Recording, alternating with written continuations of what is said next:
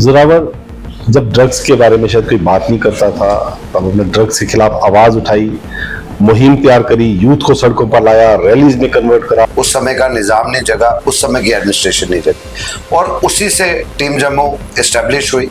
एक ऐसा मुद्दा पकड़ा जो जम्मू में उस समय भी मैंने था, शायद सरकार को समझ आज 25 या 26 में आई है। इंपॉर्टेंट रेजोल्यूशन था दिस फाइट अगेंस्ट ड्रग मीनांस। तो मैं समझता हूं कि भारतीय जनता पार्टी ही वो पहली राजनीतिक पार्टी है। भगवा सी पगड़ी पहनकर जोरावर सिंह जम्वाल एक बड़ी पार्टी को ज्वाइन कर रहे हैं। And I make a phone call to you saying will the tiger be now silenced. मुझे याद है इन्होंने पूछा इज टाइगर चेन्ड, और मैंने इनको कहा था टाइगर कांट बी चेन्ड। देखिए, जो अच्छे तैराक होते हैं उन्हें फर्क नहीं पड़ता कि नहर में तैरना है, दरिया में या समंदर में। वो अपनी गति जानते हैं, वो अपना साहस जानते हैं और वो तैर लेते हैं। टीम जम्मू से आप उतरते हैं बीजेपी की पॉलिटिक्स में। ये ऐसी चीज है जहां शायद हो सकता है कहीं आपको प्लेइंग 11 में जगह ही ना मिले, कप्तान बनना तो दूर। क्या जोरावर सिंह में वो पेशेंस है? ने भारतीय जनता पार्टी 2020 खेलने के लिए नहीं ज्वाइन की थी, भारतीय जनता पार्टी की विचारधारा को अपनाकर ज्वाइन की थी। Drug peddlers, drug handlers as overground workers. और 22 अप्रैल की इनकी टीम जम्मू की रैली में तो यहां तक कह गए कि इनको सजाए मौत होनी चाहिए। पहली यूटी का एक स्टेट है जहां पर खुद लेफ्टिनेंट गवर्नर पद यात्राएं कर रहे हैं अगेंस्ट ड्रग्स। हालांकि पंजाब में इतना कुछ हुआ, वहां कभी सीएम या गवर्नर नहीं उतरे सड़कों पर। First time throughout my career वो खुद सड़कों पे है, वो खुद हर किसी को प्रेरित कर रहे हैं, जागरूक कर रहे हैं। मैंने इतिहास में कभी नहीं देखा। ये जैसे नार्को टेररिज्म की बात करते हैं तो वहां जितना रोल ड्रग्स का है उतना ही हथियारों का भी है कि डंडा ऊपर से बजा है ना तो नीचे लेवल तक उसका असर जो है आहिस्ता आहिस्ता दिखने को मिल रहा है। हाँ। एक तरफ एक कॉन्स्टिट्यूशनल हेड सड़कों पे है, तो where is the Omar Abdullah government? I think Zoravar, I am not interested in CM and government right now. दो मुद्दे जम्मू कश्मीर के, शराबबंदी। What will you say? This is a government policy, this is something legal. अगर आज गवर्नमेंट बंद करे we will welcome it. Youth government, Zoravar, BJP is in power. No, here Umar Abdullah is in power. Statehood. Deepak and Zoravar both turn by turn.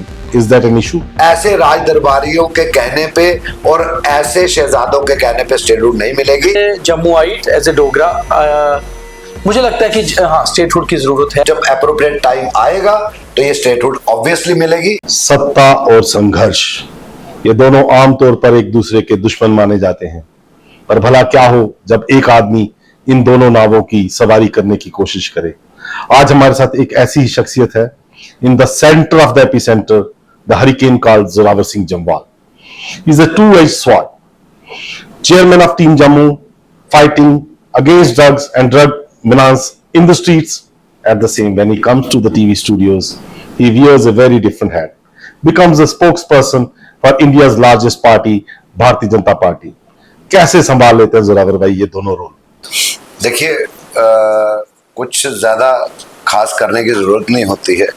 मुझे लगता है कि जो drug मीनांस की बीमारी जम्मू कश्मीर में पिछले 12-14 वर्षों से हम देख रहे थे, तो शायद समाज नहीं जगा, उस समय का निजाम नहीं जगा, उस समय की एडमिनिस्ट्रेशन नहीं जगी और उसी से टीम जम्मू एस्टेब्लिश हुई। और ये टीम जम्मू भी आप जैसे जो भाई बंधु हमारे पत्रकार हैं, मैं खुद उस टाइम पे एक एक्टिंग और वर्किंग जर्नलिज्म में था, तो मुझे लगता है कि ये वहीं से शुरुआत हुई। और ये जोरावर सिंह की शुरुआत नहीं थी, जम्मू कश्मीर के पत्रकारों की आवाज़ थी और शुरुआत थी।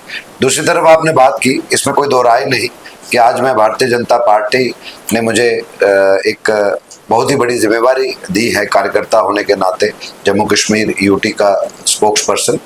जो दिशा निर्देश जो पार्टी की विचारधारा है उसको हम आगे लेके जाते हैं और उस विचारधारा में भी ये बात बड़ी इंपॉर्टेंट है कि नशे के विरुद्ध और ड्रग्स के विरुद्ध अभी हाल ही में आपने देखा होगा कि हमारी जो स्टेट कार्यकारिणी की बैठक थी उसमें जो 13 रेजोल्यूशंस पास हुए हैं उसमें एक बहुत ही इंपॉर्टेंट रेजोल्यूशन था दिस फाइट अगेंस्ट ड्रग मीनांस। तो मैं समझता हूं कि भारतीय जनता पार्टी ही वो पहली राजनीतिक पार्टी है जिसने एज ए पार्टी इस चीज का संज्ञान लिया है और पार्टी लेवल पे भी ये बात की है और अपने जो कार्यकर्ता हैं उनसे भी बात की है कि इसको समाज में अवेयरनेस फैलाएं और ड्रग्स को कहीं ना कहीं अपने समाज से भगाएं।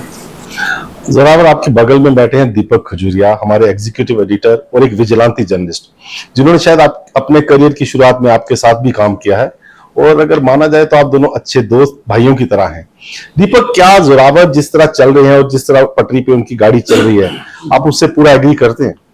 देखिए, उससे पहले मैं दो चीजें बताऊंगा कि जोरावर जी की पर्सनैलिटी को मैं तीन तरह से देखता हूं, क्योंकि करीबन आज से 30 साल पहले शायद मैं जोरावर जी को देखा होगा, जब मैं 14-15 साल का था, स्कूल में था, ये कॉलेज में थे और एज ए स्टूडेंट लीडर। उसके बाद फिर साथ में काम किया पत्रकारिता में, कहीं ना कहीं मुझे लाने से, शुरुआत करने से इनका भी रोल है। एज ए पत्रकार, एज ए एल्डर ब्रदर और एक सीनियर जर्नलिस्ट के तौर पे, अपने सीनियर कलीग के तौर पे देखा। और फिर तीसरा रूप देखा 2014 में, जब गठन हुआ टीम जम्मू का, और एक गाना 2017 में इनके ऊपर रणधीर सिंह रैपुरिया, बहुत अच्छे डोगरी लेखक हैं, उन्होंने लिखा था। मैं उसकी एक लाइन बोलूंगा कि बा बलूना बनी जोरावर बिच मैदान ने आया है। तो मुझे लगता है वो जो सबसे पर्सनैलिटी का एक एग्जैक्ट रूप था कि ट्रांसफॉर्मेशन लाना सोसाइटी में, क्योंकि एक स्टूडेंट लीडर भी यही सोचता है और पत्रकार भी यही सोचता है। और फिर जब तीसरी बार ट्रांसफॉर्मेशन लाने के लिए एक ऐसा मुद्दा पकड़ा जो जम्मू में उस समय भी मैनेज था, शायद सरकार को समझ आज 25 या 26 में आई है, वो 10 साल पहले भाप चुके थे कि ये समस्या बहुत बड़ी होने वाली है।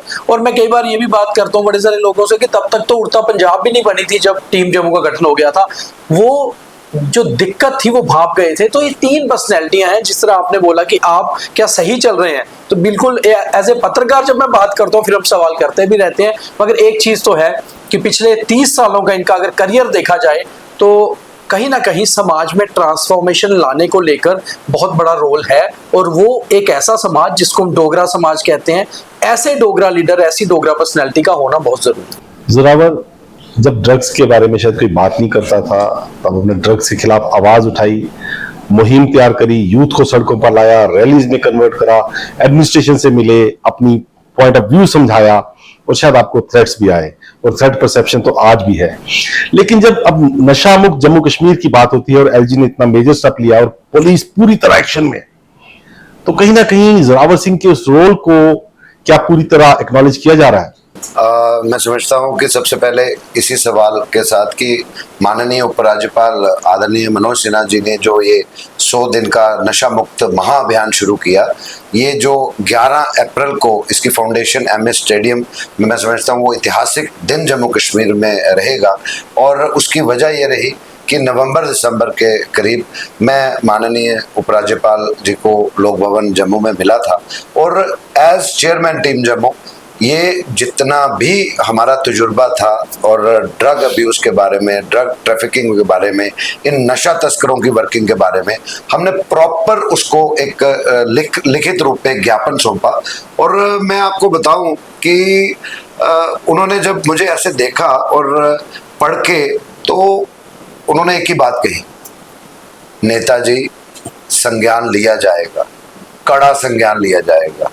मैं थोड़ी देर के बाद उठे, मैंने उनसे भेंट करने के बाद इजाज़त ली, मैं बाहर आया, मैं गाड़ी में सोचने लगा, कहा तो है लेकिन क्या और कब ये शुरुआत होगी। लेकिन लगभग मुझे लग रहा है 5-6 महीने ही लगे, लेकिन एक संज्ञान लिया गया। और जिस तरीके से first time throughout my career as journalist, आप सब लोग भी शायद मेरे से एग्री करेंगे, पूरे भारतवर्ष में लेफ्टिनेंट गवर्नर हो, चीफ मिनिस्टर हो, कभी भी कॉन्स्टिट्यूशनल हेड, अगर हम जम्मू कश्मीर की यूटी की बात करें तो सबसे बड़े वो है, वो खुद सड़कों पे है, वो खुद हर किसी को प्रेरित कर रहे हैं, जागरूक कर रहे हैं। मैंने इतिहास में कभी नहीं देखा। तो मुझे लगता है कि आज से अप्रैल 11, 2026 से पहले दुनिया उनको विकास पुरुष के नाम से जानती थी। आज मैं कहता हूं वो विकास पुरुष के साथ साथ लौह पुरुष भी है, क्योंकि जो उन्होंने सोचा, जो टीम जम्मू ने ज्ञापन दिया, मुझे लग रहा है जिस एक्नॉलेजमेंट की आप बात कर रहे हैं, मुझे लगता है कि 50% जो हमारा एक्सपीरियंस, जो हमने उनको कुछ सजेस्टिव मेजर्स दिए थे, वो पूर्ण रूप से आज डाउन द लाइन, कहते हैं ना कि डंडा ऊपर से बजा है ना, तो नीचे लेवल तक उसका असर जो है आहिस्ता आहिस्ता दिखने को मिल रहा है। Deepak, there is definite action on the ground and the dens of these peddlers and drug handlers is being penetrated. पर आज से 2 साल या 2.5 साल पहले वो दोपहर भगवा सी पगड़ी पहनकर जोरावर सिंह जम्वाल एक बड़ी पार्टी को ज्वाइन कर रहे हैं, and I make a phone call to you saying will the tiger be now silenced. कुछ सालों के बाद वो भारतीय जनता पार्टी के स्पोक्स पर्सन बनकर आते हैं और हम लोग मुस्कुराते हैं, the man is being optimally used now, उनका प्रॉपर यूज उनकी पार्टी लेगी।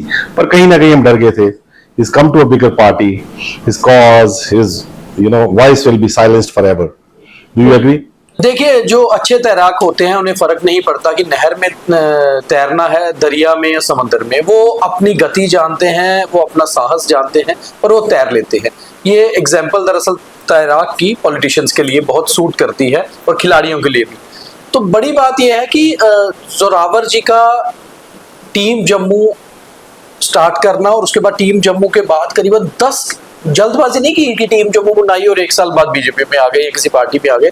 10-11 साल का समय दिया, उसके बाद बीजेपी ज्वाइन की। देखिए, बीजेपी ज्वाइन करना उनकी अपनी चॉइस हो सकती है। हालांकि एज ए जर्नलिस्ट मैं इनसे सवाल कर सकता हूँ, बट एज ए दोस्त, एज ए ब्रदर हमारी बातचीत हुई थी कि ये पार्टी ज्वाइन कर रहे हैं। और मुझे याद है अप्रैल 2023 जब इन्होंने ज्वाइन किया पार्टी को, उसके बाद बिल्कुल आपने सही कहा, क्योंकि हमारे जम्मू में या इस जम्मू की सियासत में बहुत बार ऐसा होता है कि हम बहुत जल्दी किसी चीज़ को भाप लेते हैं या कई बार जल्दी कमेंट कर देते हैं। तो बहुत सारे लोगों के कमेंट आए कि देखिए जी, कांग्रेस की तरफ इंक्लाइंड हो सकते थे, बीजेपी में चले गए।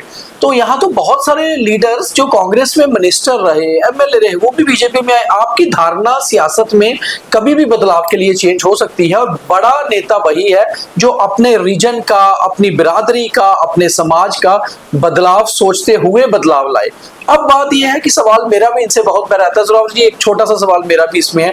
आज भी लोग बहुत कंफ्यूज होते हैं, हमें भी सवाल करते हैं, क्योंकि उनको पता है कि हमारा एक आपसे संबंध भी है। वो पूछते रहते हैं कि क्या जोरावर बीजेपी के ज्यादा क्लोज है या टीम जम्मू के ज्यादा क्लोज है जो उन्होंने खुद बनाई थी?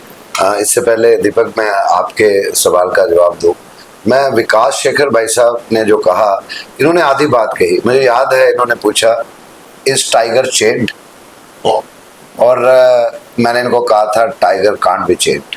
उसका एक रीज़न था, मैंने भारतीय जनता पार्टी जब ज्वाइन की, शीर्ष नेतृत्व के साथ जब बात हुई, तो हमने उनसे यही निवेदन किया कि टीम जम्मू एक चैरिटेबल ट्रस्ट है, एक नॉन पॉलिटिकल ऑर्गेनाइजेशन है, और राष्ट्रवाद को नौजवानों में कैसे और उनको प्रेरित करें, देश हित की तरफ कैसे प्रेरित करें, खासकर जम्मू कश्मीर जैसे रीजन में, जो कि बहुत ही सेंसिटिव एक बॉर्डर बेल्ट मानी जाती है, और जहां उग्रवाद को 40 साल हमारे नौजवानों ने जो झेला और शहादतें दी। तो मुझे लगता है कि जो टीम जम्मू की विचारधारा और आइडियोलॉजी और भारतीय जनता पार्टी की विचारधारा राष्ट्र सर्वोपरि है, मुझे लगता है कि वो जो मेल था वो एक सबसे इम्पोर्टेंट बेस बना कि जिसने, और उसके अलावा उस समय 7 में से 6 सीटें डिलिमिटेशन में जम्मू रीजन को मिली, जो हम सपने में भी नहीं सोच सकते थे कि पार्टियां जो पहले रही, जिन्होंने जम्मू से वोट लेकर सत्ता का सुख भोगा,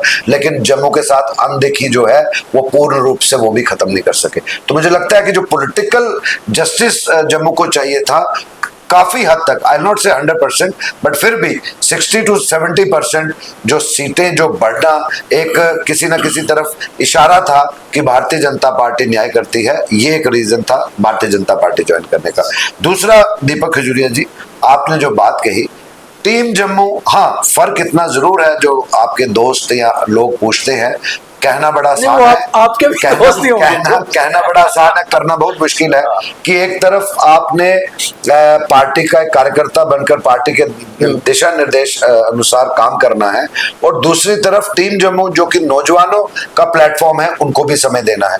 तो मुझे लगता है कि अगर आप मेरे घर आएंगे तो आपको पता लग जाएगा कि 24 में से 15 से 16 घंटे, चाहे रात को 1 बजे भी कोई फोन कॉल आता है किसी स्वयंसेवी का, तो जोरावर सिंह का फोन बिल्कुल साथ में रहता है, कभी स्विच ऑफ नहीं मिलता है। हाँ, जरूरी ये दिक्कत जरूर है कि कई बार मेरे घर पे जो सदस्य है वो गुस्सा जरूर करते हैं कि I am unable to give them the proper time जो बाकी लोग देखते हैं। तो मुझे लगता है कि वो थोड़ा सा है, पर अदरवाइज टीम जम्मू का एक अपना रोल है और भारतीय जनता पार्टी का एक इसमें अपना जो रोल है। एक थोड़ी सी थिन लाइन है जो आपको शायद क्लियर करनी चाहिए। जैसे आपने कहा कि टीम जम्मू जब आपने बीजेपी ज्वाइन किया, आपने उनको भी बताया कि एक नॉन पॉलिटिकल ऑर्गेनाइजेशन है, मगर टीम जम्मू वो एक संगठन है जिसने जम्मू म्युनिसिपल कॉर्पोरेशन चुनाव में, डीडीसी और बीडीसी चुनाव में कुछ इंडिपेंडेंट कैंडिडेट को सपोर्ट किया, और ना केवल सपोर्ट किया, 2-4-5 जिताए भी। तो इसका मतलब कहीं ना कहीं एक पॉलिटिकल पावर के पीछे एक सपोर्ट की तरह तो टीम जम्मू ऐसा है। ऐसा नहीं था, मैं बताता हूँ उसको भी थोड़ा क्लियर कर दूं। बिल्कुल आप ठीक कह रहे हैं, इसमें दो राय नहीं है।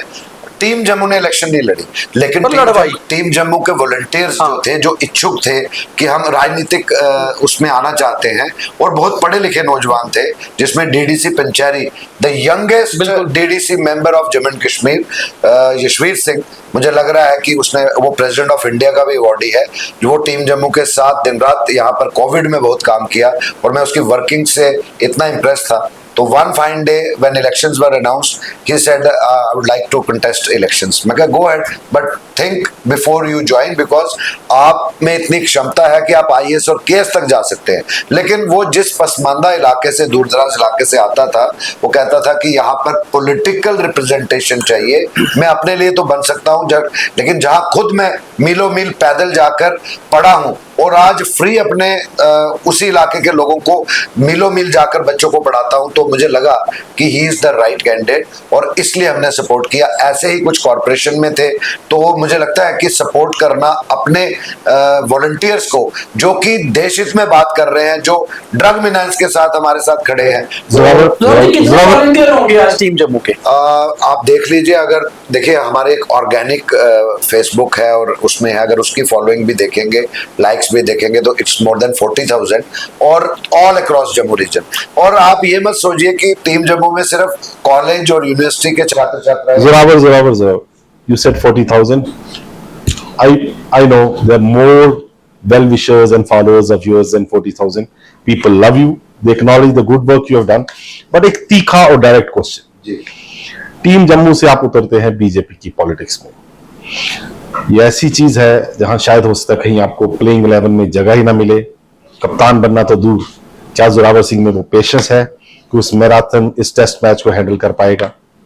जोरावर सिंह ने टीम जम्मू एक क्रिकेट मैच की तरह, टीम जम्मू नहीं, बीजेपी पॉलिटिक्स, टीम जम्मू आप जब तक चलाएंगे जब तक है आपकी मर्जी। जोरावर सिंह ने भारतीय जनता पार्टी 2020 खेलने के लिए नहीं ज्वाइन की थी, भारतीय जनता पार्टी की विचारधारा को अपनाकर ज्वाइन की थी, और भारतीय जनता पार्टी के कर्मठ कार्यकर्ता की तरह जो निर्देश होता है उसका मैं कोशिश करता हूं कि उसका निर्वाह कर पाऊं।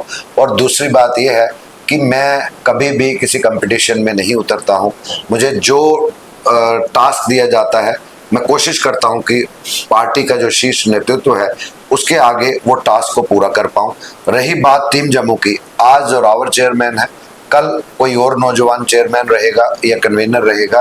टीम जम्मू एक नर्सरी है राष्ट्रवाद और ड्रग्स के खिलाफ, क्योंकि मैं ये मानता हूं हम ड्रग्स को कर्टेल कर सकते हैं, लेकिन ड्रग्स एक क्राइम की तरह बन गया। आप पूरे देश और विश्व में देखिए, ये ड्रग कार्टेल खत्म करने की पुरजोर कोशिश होती है, लेकिन मैं समझता हूं कि इसको अगर जितना हम मिनिमाइज कर पाए, जितना नौजवानों को सेंसिटाइज कर पाए, तो इसलिए ये टीम जम्मू का जो प्रोसेस है, जो चेन है, मेरे रहने ना रहने से विकास जी कोई फर्क नहीं पड़ेगा, लेकिन इस सोच को, इस जम्मू की राष्ट्रवादी सोच जिसने बहुत कुर्बानियां दी हैं, ये कंटिन्यू रहेगी। भारतीय जनता पार्टी में मैं हूं, इसका मतलब ये नहीं है कि मैं टीम जम्मू को टाइम कम दे रहा हूं, ऐसा नहीं होता। Zorawar, I'll cut you short. दीपक, एक बहुत बड़ी बात जोरावर सिंह ने कही थी कि treat these drug peddlers, drug handlers as overground workers. और 22 अप्रैल की इनकी टीम जम्मू की रैली में तो यहां तक कह गए कि इनको सजाए मौत होनी चाहिए। एक एडिटर का काम होता है एडिट करना, कहीं आपको तो नहीं लगता इन्होंने सब्जेक्ट को बढ़ाकर आगे बढ़ दिया? क्योंकि पुलिस ऑन ग्राउंड जब फेस करती है इन ड्रग हैंडलर्स और पेडलर्स को जब पकड़ती है, वो चंद महीनों के बाद जमानत पर बाहर आ जाते हैं। ये बात से तो मैं भी बिल्कुल एग्री करता हूँ कि जब हम इसको नार्को ट्रेड को नार्को टेररिज्म कह रहे हैं, तो when we call it terrorism, तो देन जो यहाँ पेडलर है वो ओवरग्राउंड वर्कर ही है और बिल्कुल वैसे ही काम करते हैं। बिल्कुल, अब आज की डेट में सिस्टम क्यों नहीं है? आज आप देखिए 100 दिन का जो चैलेंज है, बेसिकली मैं ये नहीं कहता कि टीम जम्मू या जोरावर सिंह जम्वाल का ही पूरा रोल है इस कैंपेन के पीछे, बट एक बहुत बड़े लेवल पे रोल हो भी सकता है, क्योंकि जब टीम जम्मू ने ये चीज कहना शुरू किया था तो जम्मू के तो बहुत सारे लोग एक्सेप्ट भी नहीं करते थे कि उनके घरों के अंदर इस तरह से ड्रग्स घुस गई है, मगर धीरे धीरे समझ आने लगी। और आज 12 साल बाद JNK पहली यूटी का एक स्टेट है जहां पर खुद लेफ्टिनेंट गवर्नर पद यात्राएं कर रहे हैं अगेंस्ट ड्रग्स। हालांकि पंजाब में इतना कुछ हुआ, वहां कभी CM या गवर्नर नहीं उतरे सड़कों पर।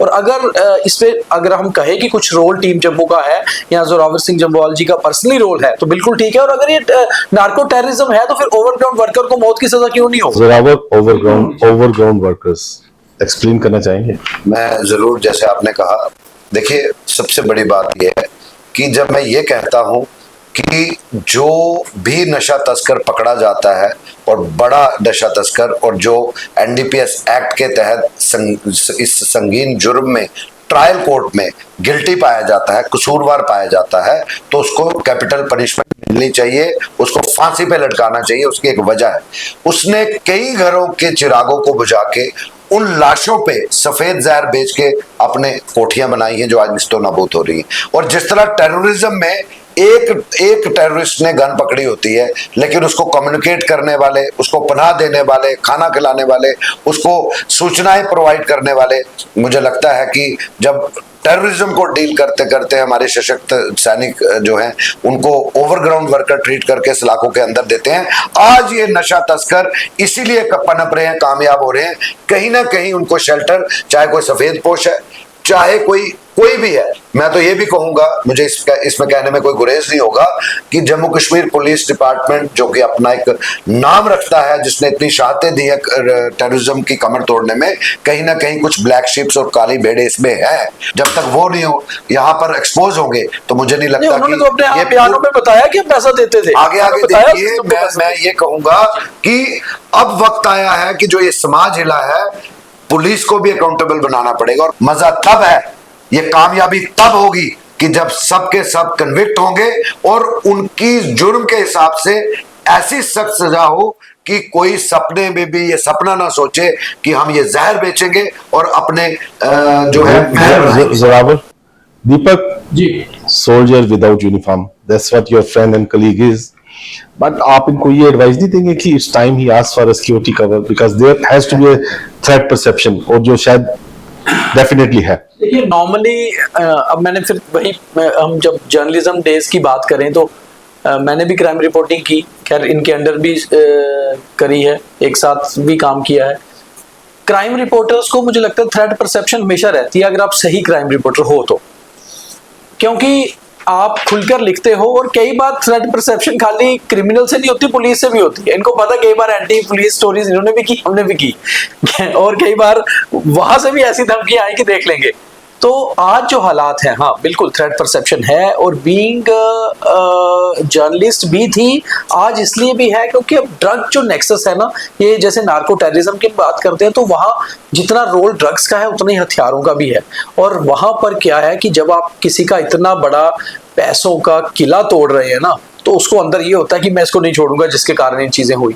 मगर मेरी हमेशा यही सलाह रहती है, हम अपने ऊपर भी यही होकर सोचते हैं कि आज भी थ्रेट परसेप्शन हमें भी रहती है। अब हम भी लगातार कई खबरें चला रहे हैं कि अपने आप को सेफ लेके चलना चाहिए। और अब तो ये पॉलिटिशियन है, मैं तो बोलूंगा कि सिक्योरिटी लेनी चाहिए बीइंग ए पॉलिटिशियन, क्योंकि बहुत ज्यादा ट्रैवल भी करते हैं। अभी भी प्रवास पर थे, मुझे लगता है पिछले 3 दिनों से 3 अलग अलग जगहों पर थे। तो ऐसे में ट्रैवल करना, दिन रात ट्रैवल करना, बाहर रहना, रात को लेट आना, ये काम मेरा नहीं है। I have never applied nor I will apply for my security.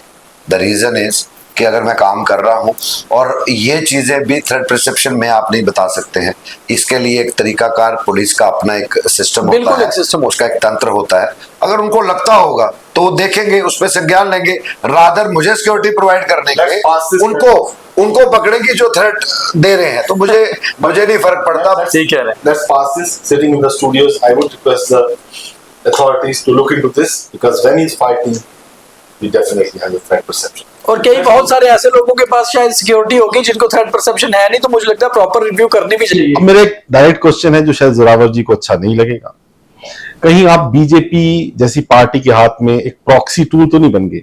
SMVD की बात आई, एडमिशंस की, रेवेन्यू रिकॉर्ड्स में उर्दू की बात आई, आप वही बोलते हैं जब बीजेपी चाहती है। क्या कल जम्मू का यूथ अगर सड़कों पर बैठेगा और उस मुद्दे पर बीजेपी खिलाफ होगी तो क्या आप उस यूथ की आवाज बनेंगे जब पार्टी लाइंस में और गाइडलाइंस में बंधे हुए? विकास जी, मुझे ये बताइए कि भारतीय जनता पार्टी ने थ्रू आउट आज तक कौन सी ऐसी बात जो जम्मू रीजन के Zorawar I don't doubt that सड़कों पे नहीं आए। I think Bharatiya Janata party responded immediately और सबसे पहले।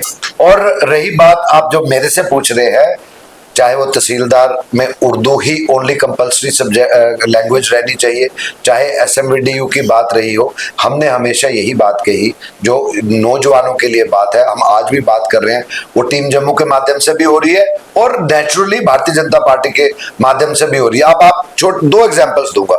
24,000 नौकरियां आउटसोर्स करने के बहाने इस उमर अब्दुल्ला सरकार ने अपने क्लोज और ब्लू आइट्स को दी, कोई नहीं बोला। टीम जम्मू का बीजेपी बोली। अब नेक्स्ट उस पे आते हैं। हाँ। एक तरफ एक कॉन्स्टिट्यूशनल हेड सड़कों पे है, तो where is the Omar Abdullah government? I think Zorawar, I'm not interested in CM and government right now.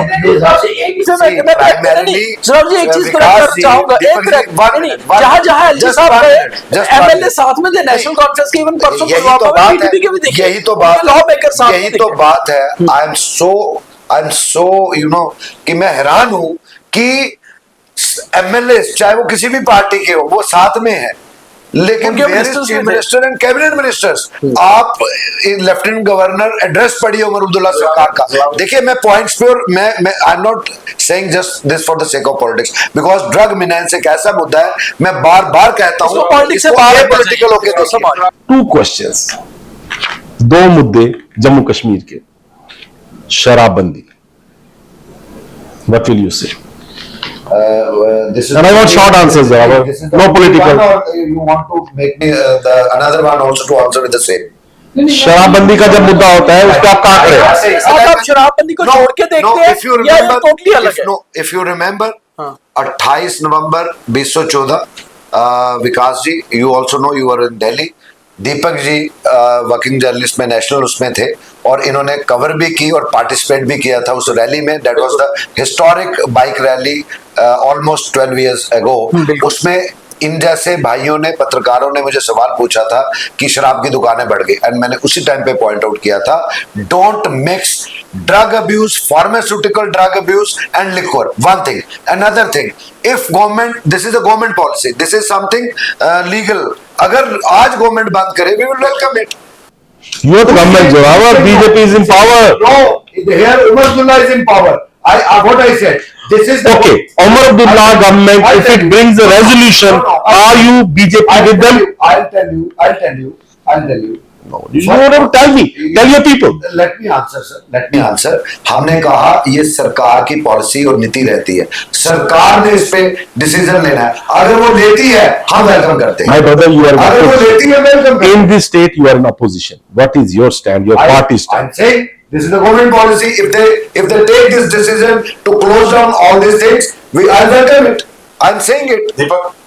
नहीं, इस मामले में मैं भी बिल्कुल क्लियर ये कहूंगा कि शराबबंदी को लेकर हमने भी कुछ प्रोग्राम किए हैं अभी रिसेंटली और अब कुछ कर भी रहे हैं, लोगों से भी पूछ रहे हैं, डोंट मिक्स ड्रग्स जैसे मेनेस को आप लिकर्स के साथ नहीं जोड़िए। लिकर्स लाइसेंस के साथ बिक रही है, रेवेन्यू है। और दूसरी बात, हाँ, ड्रग्स जिसे चिट्टा या हेरोइन कहा जाता है, ये हालांकि मैंने बहुत सारे लीडर्स का जेएनके से बाहर कुछ पंजाब के नेताओं ने एक बात बहुत सही कही, उन्होंने कहा इवन आप भुक्की और अफीम को भी मत छोड़िए, क्योंकि ओपीएम का यूज बहुत सारी मेडिसिन में भी होता है, बट कितनी मात्रा में लेनी है ये जरूरी है। मगर चिट्टा आप किसी को नहीं कह सकते कि मेडिसिन में फार्मास्यूटिकल ड्रग्स जो है इसको बिल्कुल भी मत लीजिए। लिकर का मुझे लगता है ये भी एक मैं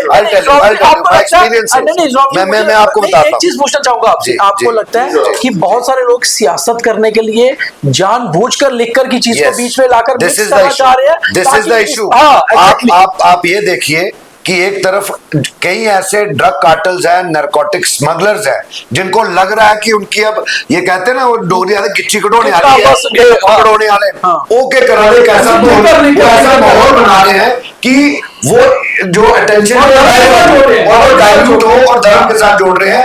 ये वो लोग हैं जिनको पॉलिटिकल शेल्टर है। इसलिए मैं बार बार कह रहा हूं कि ऐसे सफेद पोश लोगों को जो डायरेक्टली इन्वॉल्व नहीं है, इनडायरेक्टली इन्वॉल्व है, उनको भी पब्लिकली एक्सपोज करना पड़ेगा। और इसे अलग रखिए। अलग रखने का एक वजह बताऊंगा। I think this was the answer I was looking from journalist Zorawar Singh Jamwal. I'll explain. Where he doesn't mince for words, talk straight, looking into the camera.